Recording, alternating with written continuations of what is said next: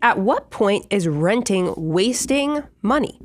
I can't currently buy a home using the money guy house buying rule, but renting isn't any cheaper.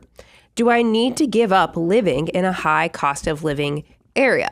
This is a good question. I think there are plenty of people facing this. What would you say about renting versus buying? Well, let me answer that last part of the question first. Do I need to give up living in a high cost of living area?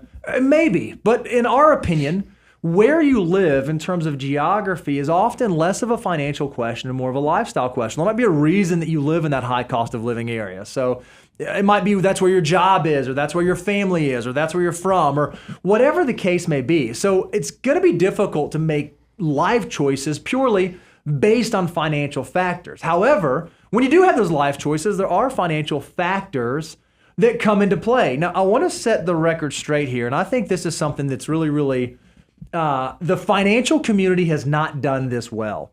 You said, hey, when is renting wasting money?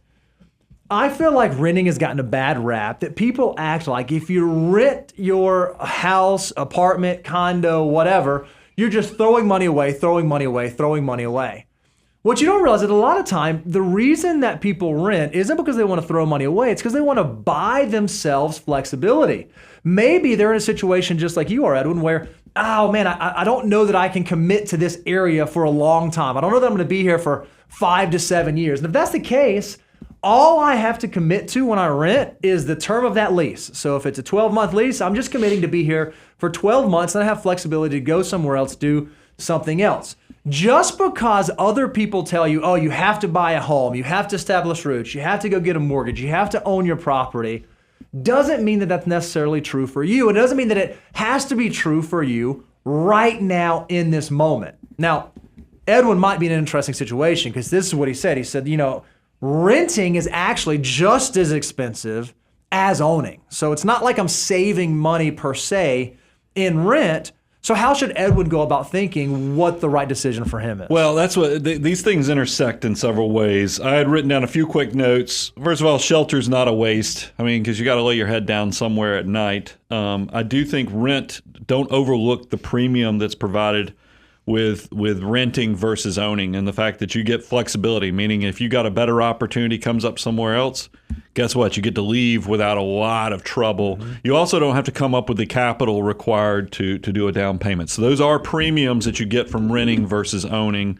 Now you miss out on potential appreciation as housing goes up, but I wouldn't even panic about that right now as much because we just came through a huge run up in values. If you think about what happened from 2020 to 2024 on housing values, they've really accelerated how much the rate of return in that short period of time. So probably going to take a little bit of a breather if I had to guess in a lot of markets.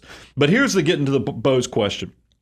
I'm going to bring back an oldie but goodie that I haven't talked about in a long time. When I go, it doesn't matter if I go to a theme park, if I go to a restaurant, I always ask myself, what's the cost to fund ratio on this? That is an oldie I haven't talked about that. Anybody who's been listening since 2006, you'll be like, oh my God, I haven't heard him talk about cost to fund. But I run these mental math numbers in my head saying, and what I mean by this, if you're saying, what is Brian talking about when he says cost to fund ratio, is what's the value received for the price paid for something. Now you have to ask yourself, because you're starting to have these little nudges internally.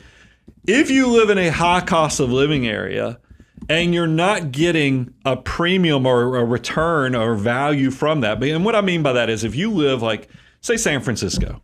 San Francisco has always historically been very expensive, but I've had a lot of friends that lived in San Francisco and they worked in technology, and the reason they did that is because they knew if they lived there for 3 to 5 years, got the right opportunity with the right tech company, they could write their ticket for the future because now they'd have a premium or a pedigree that would work for years to come as they moved around somewhere else in the country. That opportunity, that foot in the door moment was worth it, to essentially live in this high cost of living area. Now, if you're living in San Francisco and you're not getting those type of opportunities, all you're doing is just paying the high price, but your job and your opportunities for the future don't reflect that, then yeah, you have to ask yourself, what's the cost to fund ratio here? I'm paying a heck of a premium, but I'm not getting the value. There's a disconnect for the price paid versus the value received. You challenge yourself on that.